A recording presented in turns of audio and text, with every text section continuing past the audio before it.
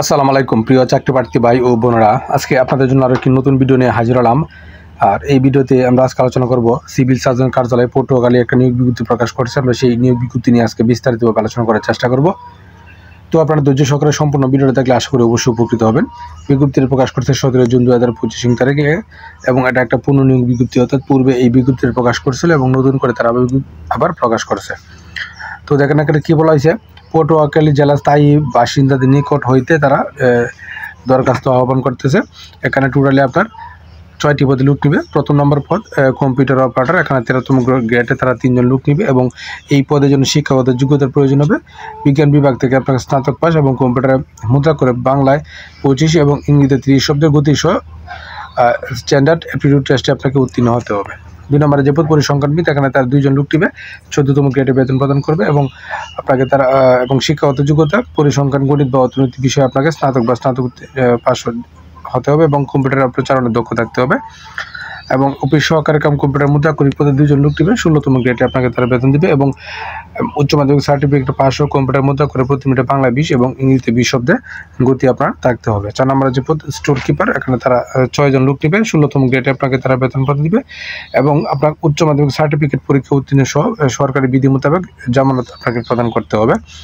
এবং স্বাস্থ্য সহকারী যে পদ, স্বাস্থ্য সহকারী পদে আপনার 108 জন লোক নেবে এবং 16তম গ্রেডে আপনার বেতন প্রদান করবে এবং উচ্চ মাধ্যমিক সার্টিফিকেট পরীক্ষা উত্তীর্ণ হলে আপনি স্বাস্থ্য সহকারী পদে আবেদন করতে পারবেন।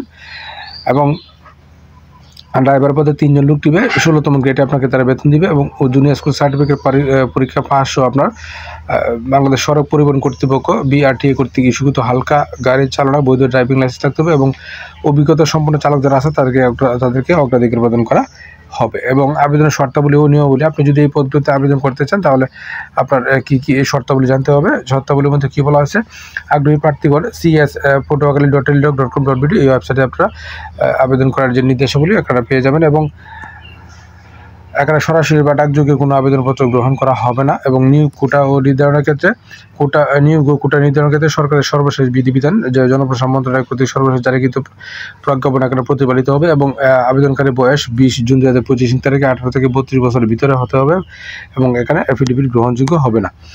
এবং SSC বা জাতীয় পরিচয়পত্র বা জন্ম সনদে যে প্রদত্ত জন্ম তারিখ সেই তারিখ ভিত্তিতে বয়স গণনা করা হবে। এবং সরকারি আধা সরকারি ও স্বায়ত্তশাসিত প্রতিষ্ঠান যারা কর্মরত আছেন তারা অবশ্যই অনুমতি সাপেক্ষে আবেদন করবেন এবং সেই অনুমতিপত্রের মূল কপি আপনার মৌখিক পরীক্ষার সময় উপস্থাপন করতে হবে।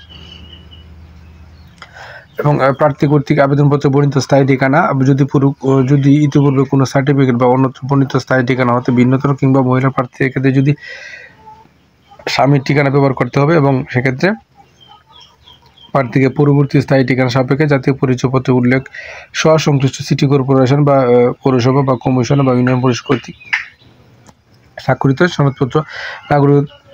সনদপত্র দাখিল করতে হবে।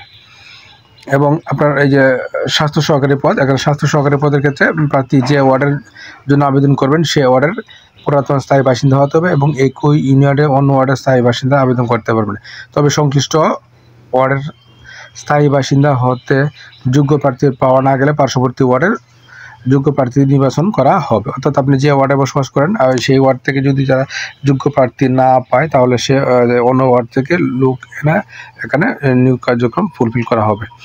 এবং আরও কী বলা আছে দেখেন, স্বাস্থ্য সহকারী শূন্যপদের যে তালিকা এটা আপনারা ওয়ার্ড, ইউনিয়ন, ওয়ার্ড, উপজেলা ভিত্তিক আপনারা উপজেলা স্বাস্থ্য ও পরিবার পরিকল্পনা কর্মকর্তা কার্যালয় সিভিল সার্জন এখানে আপনারা পেয়ে যাবেন cs.potuakhali.com.bd এখানে আপনারা পেয়ে যাবেন।